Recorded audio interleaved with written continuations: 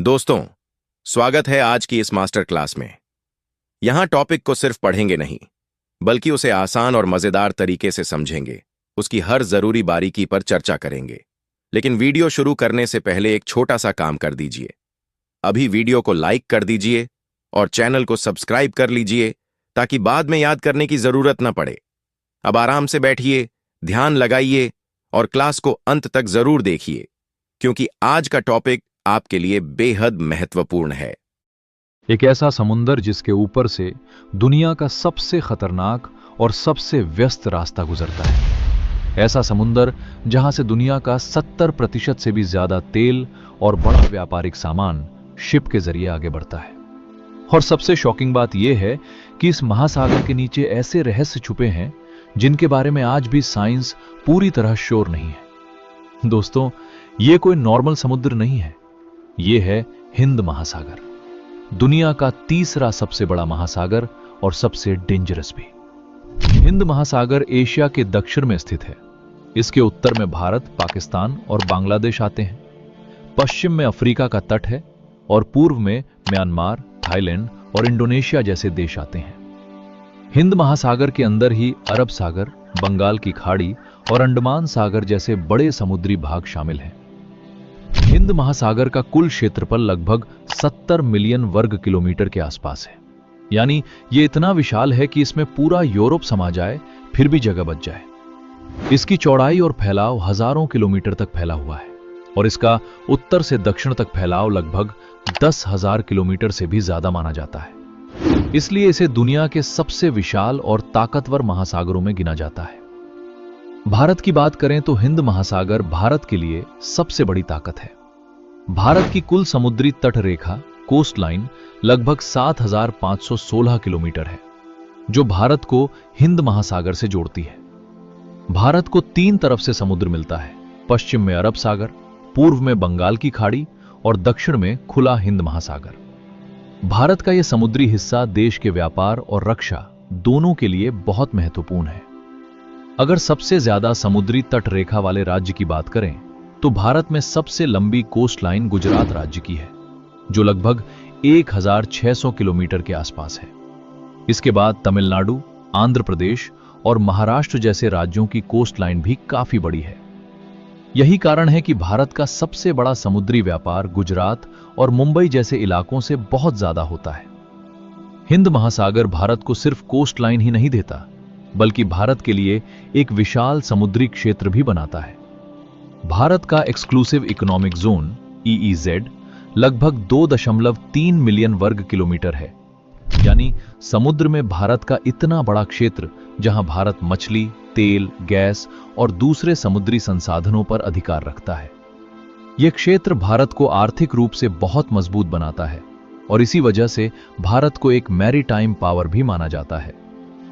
दोस्तों, हिंद महासागर को दुनिया का ट्रेड ओशन भी कहा जाता है, क्योंकि दुनिया के सबसे बिजी शिपिंग रूट्स यहीं से गुजरते हैं। मिडिल ईस्ट का ऑयल, दुबई और सऊदी का एक्सपोर्ट, इंडिया और चाइना का व्यापार और अफ्रीका के मिनरल्स, सब कुछ इसी महासागर के रास्ते दुनिया भर में पहुंचता है। यही कारण है कि हिंद महासागर पर कंट्रोल का मतलब होता है दुनिया की इकोनॉमी पर कंट्रोल। इसलिए इस महासागर में कई देश अपनी नेवल पावर बढ़ाते रहते हैं और यहां हमेशा स्ट्रेटेजिक कंपटीशन बना रहता है। हिंद महासागर जितना इंपॉर्टेंट है, उतना ही डेंजरस भी है। यह महासागर साइक्लोन्स और स्टॉर्म्स के लिए बहुत फेमस है। बंगाल की खाड़ी में दुनिया के सबसे पावरफुल साइक्लोन्स बनते हैं, जो भारत, बांग्लादेश और श्रीलंका जैसे देशों में भारी तबाही मचाते हैं। इसके अलावा हिंद महासागर सुनामी के लिए भी बेहद खतरनाक है। 2004 में हिंद महासागर में जो सुनामी आई थी, उसने 2 लाख से ज्यादा लोगों की जान ले ली थी और कई देशों में लाखों लोग होमलेस हो गए थे।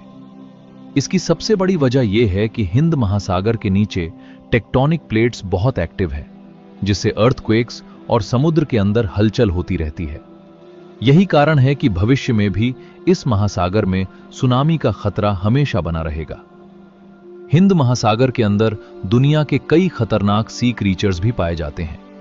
यहां great white shark, tiger shark, poisonous sea snakes और डीप सी में जायंट ऑक्टोपस जैसे जीव मिलते हैं। इसके साथ साथ ब्लू व्हेल भी इसी महासागर में पाई जाती है, जो दुनिया का सबसे बड़ा एनिमल है। अंडमान और निकोबार के आसपास के डीप सी जोन्स में ऐसी जगहें हैं जहां सनलाइट कभी नहीं पहुंचती, और वहां ऐसे क्रीचर्स रहते हैं जो देखने में बिल्कुल एलियन जैसे लगते हैं। हिंद महासागर में दुनिया के कुछ सबसे खूबसूरत आइलैंड्स भी मौजूद हैं। मालदीव्स, सेशेल्स, मॉरिशस, अंडमान निकोबार और श्रीलंका जैसे आइलैंड्स इसी महासागर में स्थित हैं। मालदीव्स जैसे आइलैंड्स को लोग पैराडाइज मानते हैं, लेकिन सच्चाई यह है कि ये आइलैंड्स सबसे ज्यादा खतरे में हैं, क्योंकि सी लेवल लगातार बढ़ रहा है। अगर यही हाल रहा तो आने वाले समय में मालदीव्स जैसे कई आइलैंड्स पानी में डूब सकते हैं। अब आता है सबसे शॉकिंग और मिस्टीरियस पार्ट। हिंद महासागर में एक जगह है जिसे scientists Indian ocean gravity anomaly कहते हैं। इस जगह पर ग्रेविटी थोड़ी कम हो जाती है और समुद्र का लेवल भी बाकी जगहों से अलग बिहेव करता है। साइंटिस्ट्स के अनुसार यहां अर्थ के अंदर मास डिस्ट्रीब्यूशन अलग है, लेकिन अभी तक इसका एग्जैक्ट कारण पूरी तरह कंफर्म नहीं हो पाया है।